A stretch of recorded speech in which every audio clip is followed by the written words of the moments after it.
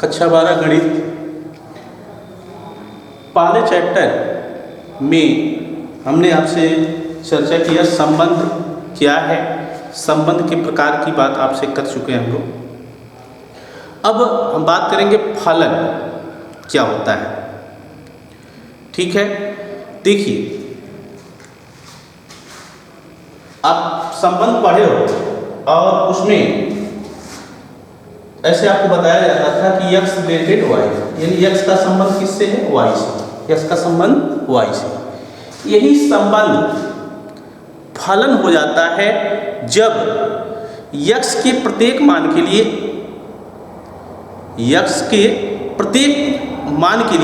y का केवल एक मान प्राप्त हो। x के प्रत्येक मान के लिए y का केवल एक मान अगर प्राप्त होता हो तो वह जो संबंध है वह क्या हो जाता है, फलन हो जाता है। संबंध को आप आर्डर पेयर में लिखते थे और जैसे मैंने आपने कहा कि एक का संबंध किससे है, 2 से है, 2 का संबंध किससे है, 3 से है, 3 का संबंध किससे है, 4 से है। तो यह जो आपका संबंध R है यह x के प्रत्येक मान का, जैसे इसका क्या मतलब है कि 1 का प्रतिबिंब 2 है। ध्यान दीजिएगा, अब 1 का प्रतिबिंब कोई दूसरा नहीं है। ऐसा नहीं है कि 1 का प्रतिबिंब 2 भी है और 1 का प्रतिबिंब 3 भी है। अगर ऐसा कोई संबंध है तो वह फलन नहीं कहलाएगा, वह फलन नहीं होगा। यानी x के प्रत्येक मान के लिए y का एक अद्वितीय मान प्राप्त, अद्वितीय का मतलब अकेला मान प्राप्त हो। तो अगर x के प्रत्येक मान के लिए y का एक अद्वितीय मान प्राप्त होता है तो वह संबंध क्या होता है, फलन हो जाता है। तो फलन की परिभाषा क्या, फिर से सुने।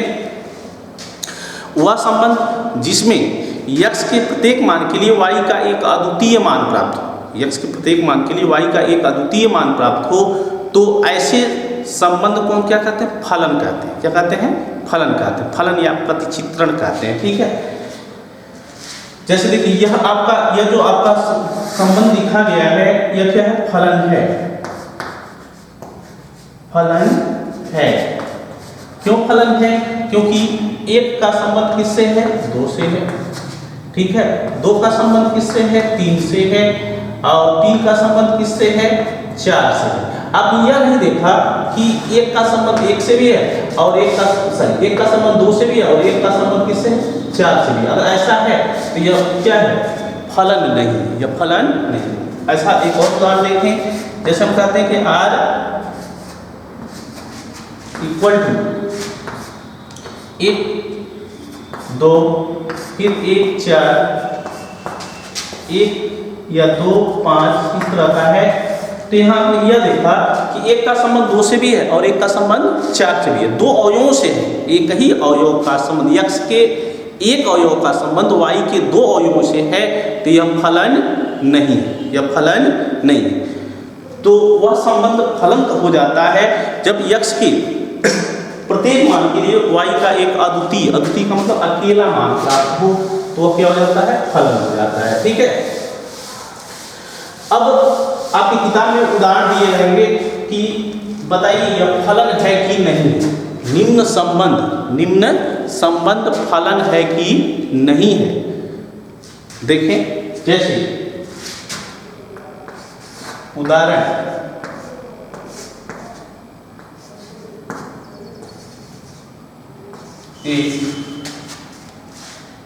R बराबर, यह R1 कर लेते हैं, R1 इक्वल टू 2 5 3 6 4 7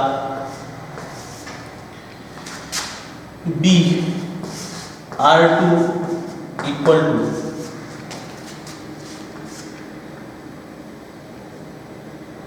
1 1 1 2 2 3 ये R2 हो गया। ठीक है, तो इसमें आपको बताना है कि यह R1 R2 फलन है कि नहीं। एक एक को चेक करेंगे। पहले ए R1 2 5 3 6 4 7। तो यहाँ मैंने आपको कंडीशन बताया है कि जो यह यक्स का मान, यक्स का मान मतलब जो पहला डिजिट है, ठीक, वो क्या है, यक्स का मान है, आपका प्रांत है, और यह क्या है, परिसर। ठीक है, ये जो प्रांत है यह 2 बार नहीं होना चाहिए, इसमें ध्यान दीजिए। जैसे परिसर 2 बार हो जाए तो यह चलेगा, लेकिन प्रांत 2 बार नहीं होना चाहिए। जैसे यहाँ 2 है, फिर इसमें अगर कहीं 2 है, पहले स्थान पे अगर 2 हो गया तो वह क्या है, फलन नहीं है। तो यहाँ आप लिखेंगे 2 का प्रतिबिंब क्या है, 5 है, 3 का प्रतिबिंब क्या है, 6 है, 4 का प्रतिबिंब क्या है, 7 है। ठीक है, तो यक्स के प्रत्येक अवयव का, यक्स के प्रत्येक अवयव का y में एक अद्वितीय प्रतिबिंब है, इसलिए यह क्या है, फलन है। तो यहाँ आप लिखेंगे यक्स के प्रत्येक अवयव का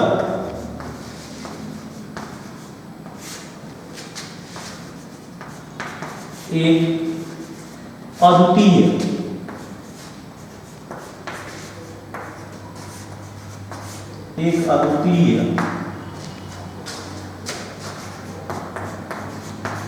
प्रतिबिंब है,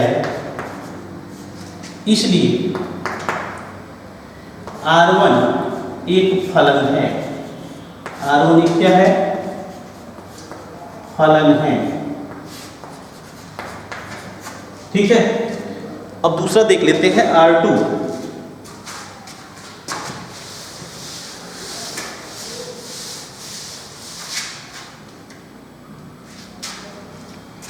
B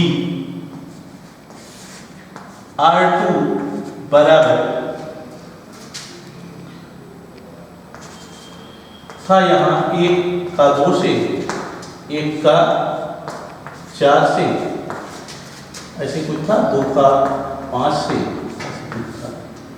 ठीक है, तो इसमें आप यह देख रहे हो कि 1 का प्रतिबिंब 2 भी है और उसी 1 का प्रतिबिंब क्या है, 4 भी है। ठीक है, तो हम लिखेंगे चूंकि 1 के 2 प्रतिबिंब, 2 प्रतिबिंब, 1 के 2 प्रतिबिंब 2 और 4 है, इसलिए R2 फलन नहीं है, फलन नहीं है। बस एक चीज आपको ध्यान देना है कि जो प्रांत है उसमें एक अवयव 2 बार नहीं आना चाहिए। परिसर में आए कोई दिक्कत नहीं, प्रांत में एक अवयव 2 बार न आए। तो अगर एक अवयव 2 बार नहीं आता है, एक ही बार आता है, तो वह क्या होगा, फलन होगा। और अगर 1 से अधिक बार आ जाता है तो वह फलन नहीं होगा। ठीक, एक चीज और आपने यह देखा कि संबंध भी क्या होता है, फलन हो जाता है कि जब वह इस प्रतिबंध का पालन करे कि x के प्रत्येक अवयव का y में एक अद्वितीय प्रतिबिंब हो। ठीक है, इसका क्या मतलब है कि जो फलन होता है वह संबंध होता है, यानी कि प्रत्येक फलन एक रिलेशन होता है या संबंध होता है, जबकि रिलेशन फंक्शन हो जाए या कोई जरूरी नहीं है। रिलेशन का फंक्शन होने के लिए कंडीशन है कि एक अवयव का केवल एक ही प्रतिबिंब होना चाहिए। ठीक है, अब हम बात करें, या एक और इस तरह का भी प्रश्न बनता है। एक दूसरा उदाहरण देखें, उदाहरण नंबर 2। कहता निम्न आलेखों में कौन कौन से फलन हैं। ठीक है, निम्न आलेखों में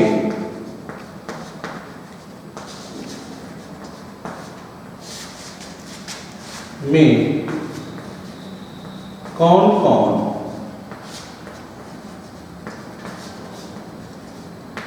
से फलन है।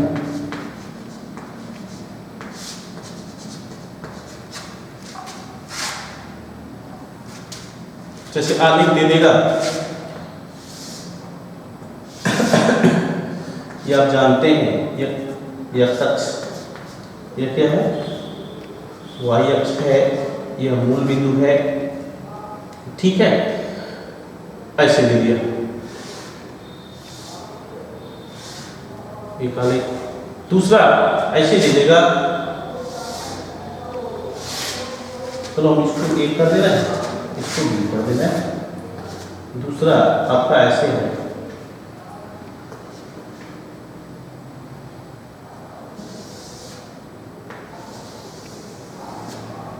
ठीक है। देखिए इसका तरीका मैं बता रहा हूं आपको। कोई भी आलेख दिया रहे, सबसे पहला काम कि आलेख में आप y अक्ष के समांतर एक रेखा खींचें, कहीं भी खींचें, स्वतंत्र रूप से y अक्ष के समांतर एक ऐसी रेखा खींचें जो क्या करे, उस आलेख को प्रतिच्छेद करे कहीं भी। जैसे ये आप आलेख यहाँ भी खींच सकते हैं, यहाँ भी खींच सकते हैं, यहाँ भी खींच सकते हैं, यहाँ भी खींच सकते हैं, यहाँ भी खींच सकते हैं, यहाँ भी खींच सकते हैं, मतलब किसके समांतर, y अक्ष के समांतर। फिर इसमें आइए, इसमें भी आप आलेख को काटना चाहिए, तो यहाँ भी खींच सकते हैं, यहाँ भी खींच सकते हैं, यहाँ भी खींच सकते हैं, यहाँ भी खींच सकते हैं। बात को समझिए, y अक्ष के समांतर इसलिए कहा जा रहा है कि y अक्ष के समांतर अगर कोई रेखा है तो उसमें आप जानते हैं कि y अक्ष के समांतर रेखा का समीकरण क्या होता है, x बराबर a या b, यानी x का एक स्थिर मान हो जाएगा। और x का अगर एक स्थिर मान हो गया और उस मान पर अगर वह रेखा वक्र को एक से अधिक बिंदुओं पर काटती है तो वह जो आलेख है वह फलन नहीं है। क्यों?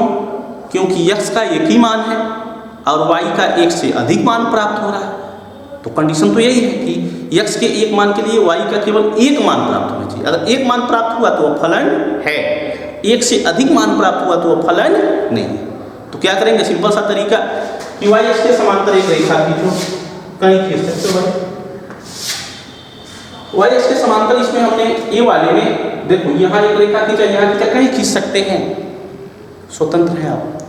तो एक रेखा खींचने के बाद हमने यह देखा कि वक्र को यहाँ काटा, फिर यहाँ देखा कि यहाँ काटा, फिर यहाँ देखा तो यहाँ काटा, केवल एक ही जगह पे काट रहा, एक रेखा एक ही जगह पे काट रहा है। तो जब x अक्ष के समांतर है, y अक्ष के समांतर हमने एक रेखा खींचा और वह वक्र को केवल एक बिंदु पर काटता है, तो इसका मतलब क्या है कि जो दिया गया वक्र है वह क्या है, फलन है। तो यह जो आपका पहला है यह क्या है, फलन है।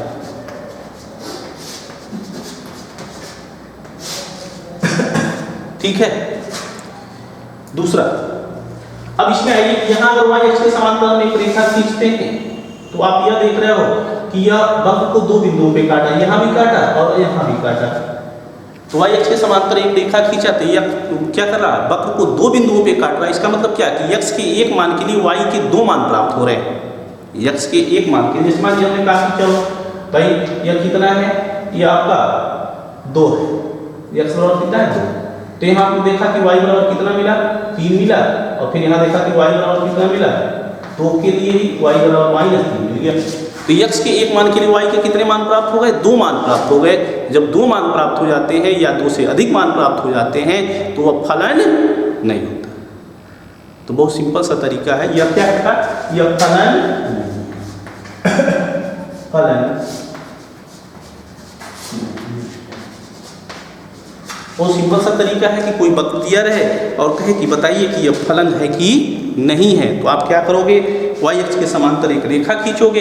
अगर वह रेखा क्या करता है, आलेख को एक बिंदु पर काटता है या एक से कम बिंदु पे काटता है तो वह क्या है, वह फलन है। अगर वह एक से अधिक बिंदुओं पे काटता है तो वह फलन नहीं है। ठीक है। अब आगे फलन के प्रकार।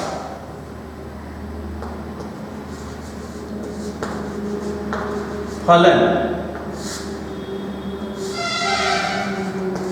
के प्रकार, टाइप ऑफ फंक्शंस।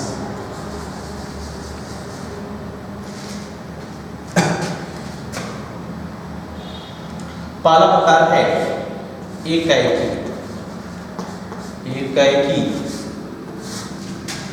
फलन या एकाएकी प्रतिचित्रण, 1-1 मैपिंग।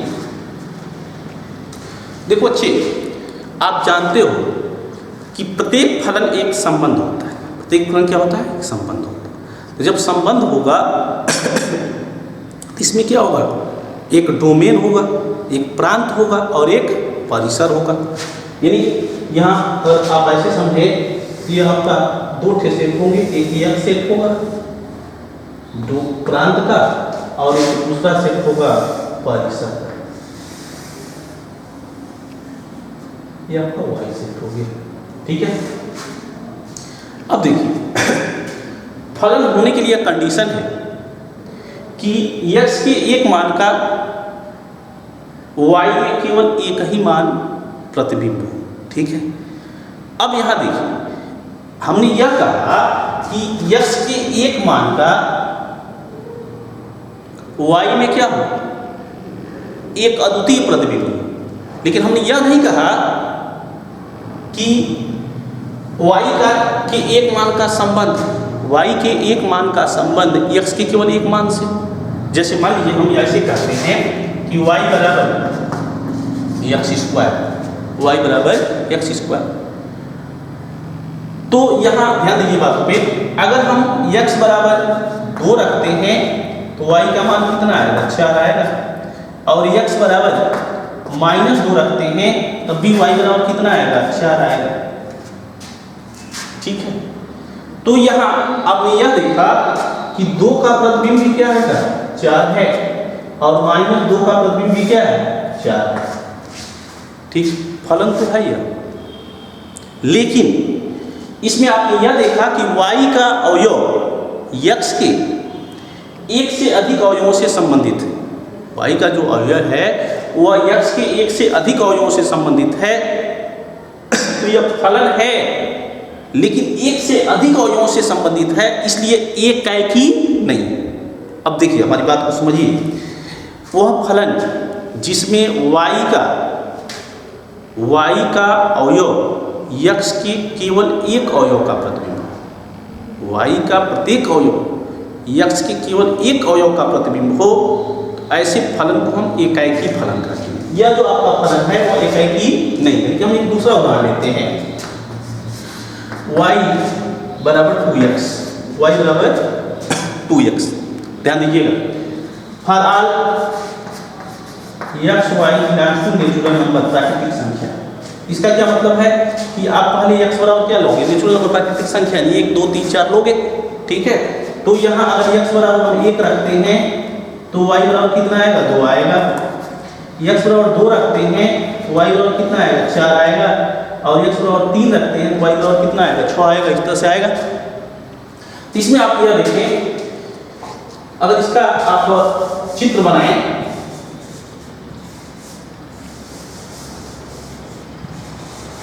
जब चित्र बनाएंगे तो यहाँ क्या पाएगा आप? 1 का प्रतिबिंब कितना है? 2 है। 2 का प्रतिबिंब कितना है? अपने कहा सकती 4 है। 3 का प्रतिबिंब कितना है? 6 है। 4 का प्रतिबिंब कितना है? 8 है। तो यहाँ आप यह देख लीजिए कि y का जो प्रत्येक अवयव है वह x के केवल एक ही अवयव का प्रतिबिंब है। लेकिन अभी यहाँ हम बनाए थे तो क्या था? 2 का प्रतिबिंब भी 4 था और -2 का भी प्रतिबिंब, यानी कि y पे 2 तीरें, 4 पे 2 तीरें पहुंची हुई थी, तो वह एकाएकी नहीं था। बात समझिए। और यहाँ क्या है? y के प्रत्येक अवयव पे केवल एक तीर पहुंच रही है। इसका मतलब यह कैसा फलन है? एकाएकी फलन। कैसा फलन है? एकाएकी फलन। लिखिए इसको, एकाएकी फलन इसे कहते हैं। फिर से सुने और लिखें, x से y में ऐसा फलन जिसमें y का अवयव x के केवल एक अवयव का प्रतिबिंब हो, y का अवयव x के केवल एक अवयव का प्रतिबिंब हो, एकाएकी फलन कहलाता है। एकाएकी फलन कहलाता है। जैसे y बराबर 2x, y बराबर 2x for all x y belongs to n। एक एकाएकी फलन है, एक एकाएकी फलन है जिसका चित्र निम्न है। इस फिगर को आप बना लें। आगे बढ़ते हैं।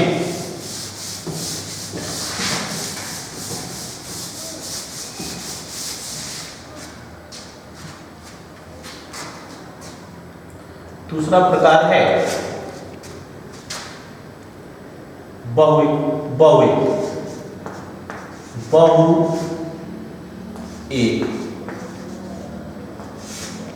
फलन।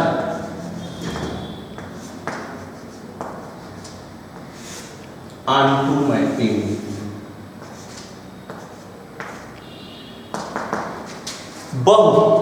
बहुत सारे, एक का मतलब समझी रहे हैं। बहु मतलब जो पहले यक्स की बात आती है, फिर किसकी बात आती है, वाई की। इसका मतलब क्या कि यक्स के बहुत से, बहु मतलब एक से अधिक, यक्स के बहुत से अवयवों का प्रतिबिंब वाई का एक अकेला अवयव, वाई का एक अकेला अवयव हो, तो ऐसे फलन को हम क्या कहते हैं, बहुएक फलन कहते हैं। जैसे यहाँ आप देखें, डायग्राम से समझें।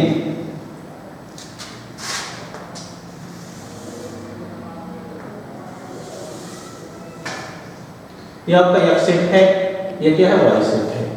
ठीक है, हम उदाहरण यहां दे रहे हैं कि वाई बराबर, चलिए वही एक्स स्क्वायर ले रहे हैं, for all x y belongs to natural number, प्राकृतिक संख्या।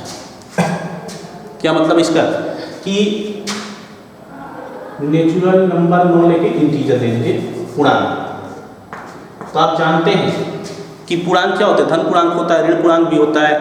ठीक है, तो कुछ माइनस पूर्णांक ले लेते हैं हम। चलो -2, तो -2 रखोगे तो उसका वर्ग करोगे कितना आएगा, 4 आएगा। फिर -1 रखोगे, 1 का वर्ग करोगे कितना आएगा, 1 आएगा। 0 भी एक पूर्णांक है, 0 का वर्ग 0 होता है। फिर 1 रखोगे तो 1 का वर्ग कितना आएगा, 1 आएगा। और 2 रखोगे तो उसका वर्ग भी कितना आएगा, 4 आएगा। इसका क्या मतलब है कि 2 का प्रतिबिंब क्या है, 4, -2 का सही। -1 का प्रतिबिंब क्या है, 1 है। 0 का प्रतिबिंब क्या है, 0 है। 1 का प्रतिबिंब क्या है, 1 है। 2 का 4। अब यहाँ देखिए, y के कुछ अवयव ऐसे हैं, जैसे 4 है, 1 है, इस पर एक से अधिक तीरें पहुंच रही हैं। अभी एकाएकी में हम बात किए थे तो वहाँ केवल एक तीर पहुंच रही थी, और यहाँ क्या, एक से अधिक तीरें पहुंच रही हैं। इसका मतलब क्या है कि इसमें बहुत और इसमें क्या, एक। तो ऐसे फलन को हम क्या कहते हैं, बहुएक फलन कहते हैं। वह फलन जिसमें y में कम से कम एक अवयव ऐसा हो, y में कम से कम एक अवयव ऐसा हो कि जो यक्स के एक से अधिक अवयवों का प्रतिबिंब हो, उसे बहुएक फलन कहते हैं। क्या कहते हैं, बहुएक फलन कहते हैं। बहुएक का मतलब क्या, दिमाग में बात को बैठाइए। एक चीज की फलन अगर है तो यक्स सेट पे कभी भी 2 तीर नहीं आएगा। क्लियर। अब अगर फलन है तो जो वाई सेट है, इसके प्रत्येक अवयव पे अगर एक तीर पहुंच रही है तो वह एकाएकी है। नहीं पहुंच रही तब भी कोई दिक्कत नहीं है, लेकिन प्रत्येक अवयव पे अगर एक तीर पहुंच रही है तो वह एकाएकी है। अगर y के किसी भी अवयव पर एक से अधिक तीर पहुंच गई तो वह क्या है, बहुएक। क्या बेटा, बहुएक। ठीक है, तो यह बहुएक का उदाहरण लिख लें। अब हम आगे चलते हैं तीसरे प्रकार की ओर।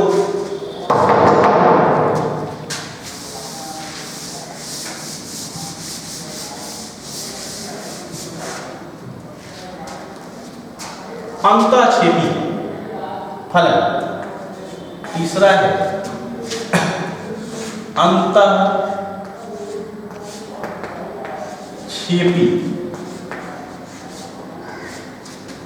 फलन।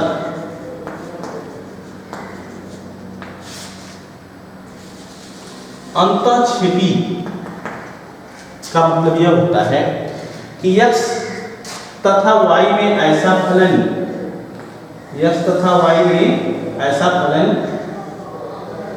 कि y में कम से कम एक अवयव ऐसा हो जो x के किसी भी अवयव का प्रतिबिंब न हो। ये आपका x सेट या क्या बेटा y सेट। हमने क्या कहा कि y में कम से कम एक अवयव ऐसा हो, कम से कम एक, अधिक भी हो सकता है, कि जो x के किसी भी अवयव का प्रतिबिंब न हो।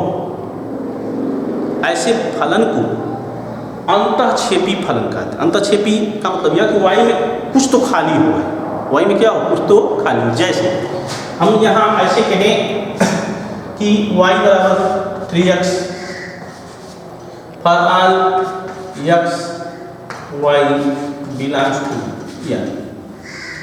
तो यहाँ हमने यह देखा, यह n है, नेचुरल नंबर का सेट है। इसका मतलब क्या है कि 1 है, 2 है, 3 है, 4 है, 5 है, ठीक है, 6 है, डाटा, ठीक है।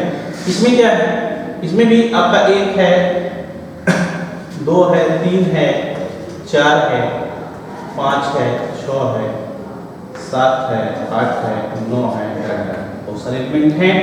अब इसमें देखिए x बराबर, अब मैं अगर 1 रखूं तो y बराबर कितना आएगा, 3 आएगा। इसका क्या मतलब है कि 1 का प्रतिबिंब क्या है, 3। सिंपल सी बात है। अगर x बराबर, फिर हमारे पास यहाँ एलिमेंट है 2, तो अगर मैं 2 रखूं तो 2 का प्रतिबिंब कितना होगा, तो 3 6, 2 कहाँ आएगा, अगर मैं 3 रखूं तो 3 का प्रतिबिंब क्या है, 9। अब एक चीज आप थोड़ा सा ध्यान से देखेंगे, हम यह कह रहे हैं कि x y नेचुरल नंबर है, प्राकृतिक संख्या है। तो प्राकृतिक संख्या 1 होती है, 2 होती है, 3 होती है, बीच की कोई संख्या तो होती नहीं। तो कोई ऐसी प्राकृतिक संख्या नहीं है कि मैं यहाँ x के जगह पे रख दूं तो 2 आ जाए। इसका मतलब क्या है कि 2 खाली है, 2 क्या है खाली है, 1 भी खाली है, 5 भी खाली है। हमने कहा है कि वह फलन कि y में कम से कम एक अवयव ऐसा हो, हमें बहुत सारे अवयव दिखाई दे रहा है, 1 दिखाई दे रहा, 2 दिखाई दे रहा, 4 दिखाई दे रहा, 5 दिखाई दे रहा, ठीक है, कि कम से कम एक अवयव ऐसा हो जो x के किसी अवयव का प्रतिबिंब न हो, किसी अवयव का प्रतिबिंब न हो। तो ऐसे फलन को हम क्या कहते हैं, अंतःक्षेपी। अंतःक्षेपी का मतलब क्या कि y में कम से कम एक थे खाली, y में कम से कम अगर एक अवयव खाली है तो उसे हम क्या कह देंगे बेटा, अंतःक्षेपी कह देंगे, ठीक। दूसरी बात, अब यहाँ एक चीज और आप लगे हाथ देख लीजिए कि y में एक अवयव तो एक नहीं, बहुत सारे अवयव खाली हैं, इसका मतलब अंतःक्षेपी हो गया, सिंपल सी बात है। साथ ही साथ y के अवयव पे जहां भी तीरें पहुंची हुई हैं, आप यह देखो कहीं 2 तीर तो नहीं पहुंची है, नहीं पहुंची है। इसका मतलब क्या है, यह एकाएकी भी है, यह क्या है, एकाएकी। तो अगर इसको फाइनली लिखना हो तो आप इसे लिखेंगे कि यह क्या है, एकाएकी अंतःक्षेपी, अंतःक्षेपी फलन, यह एकाएकी अंतःक्षेपी फलन है। क्लियर। अब एक और बचता है आच्छादक, इसी का जस्ट उल्टा आच्छादक। आच्छादक का मतलब भरा हुआ।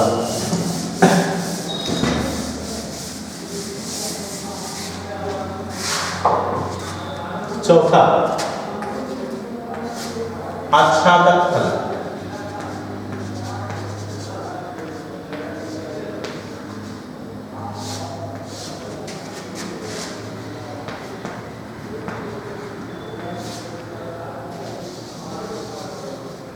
आच्छादक फलन, आप जानते हो कि फलन क्या होता है, x to y होता है, एक संबंध होता है।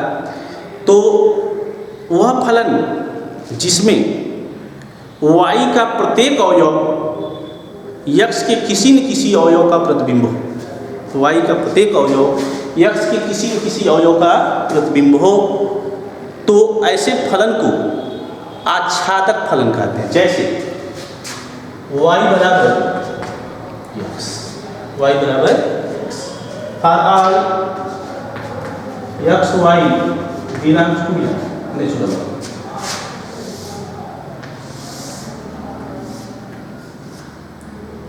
x सेट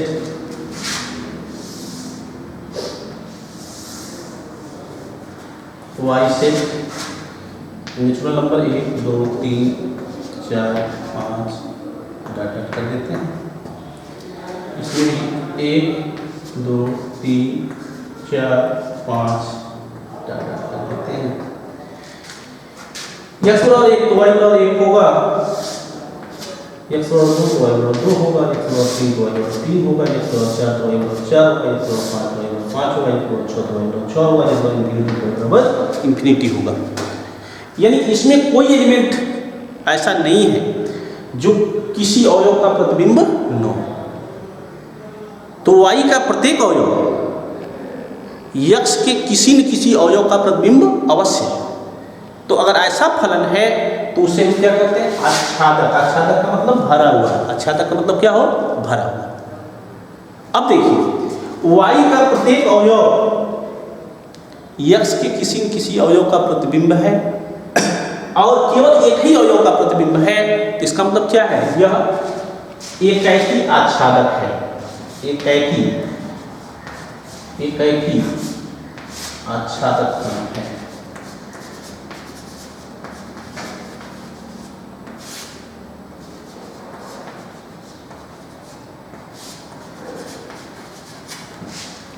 ठीक है। अब अगर ऐसा हो जाता कि y के अवयव पे किसी एक अवयव पे 2 तीर पहुंच जाता तो अब क्या हो जाता? बहुएक हो जाता। तो अब बहुएक आच्छादक हो जाता। ठीक है। अगर इसमें कोई एक इम्पटी हो जाता, खाली हो जाता, तो आप क्या कहते कि अंतःक्षेपी है। क्या है? अंतःक्षेपी फलन है। ठीक है। तो यह था आपका फलन और फलन के प्रकार।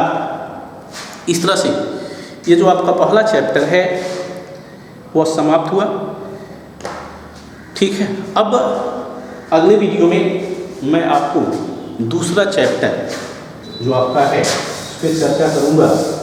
दूसरा चैप्टर कुछ सिलेबस में तब्दीली हुई है, लेकिन हमारे अनुसार दूसरा चैप्टर आपका होगा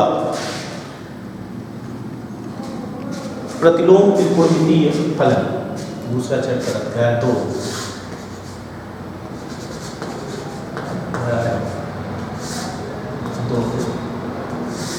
प्रतिलोम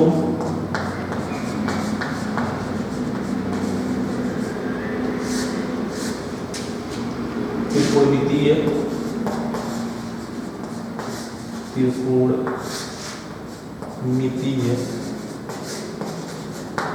फलन, या कुछ किताबों में लिखा रहता है प्रतिलोम वृत्तीय फलन, या कुछ किताबों में लिखा रहता है प्रतिलोम त्रिकोणमितीय फलन। त्रिकोणमितीय की बात हो गई। प्रतिलोम वृत्तीय फलन, वृत्तीय फलन, इनवर्स फंक्शन, इसकी चर्चा मैं आपसे करूँगा। क्या अगर कोई दूसरा डिमांड आ जाएगा, दूसरा चैप्टर इसको छोड़ के दूसरा पढ़ाएंगे तो दूसरा पढ़ा दूँगा।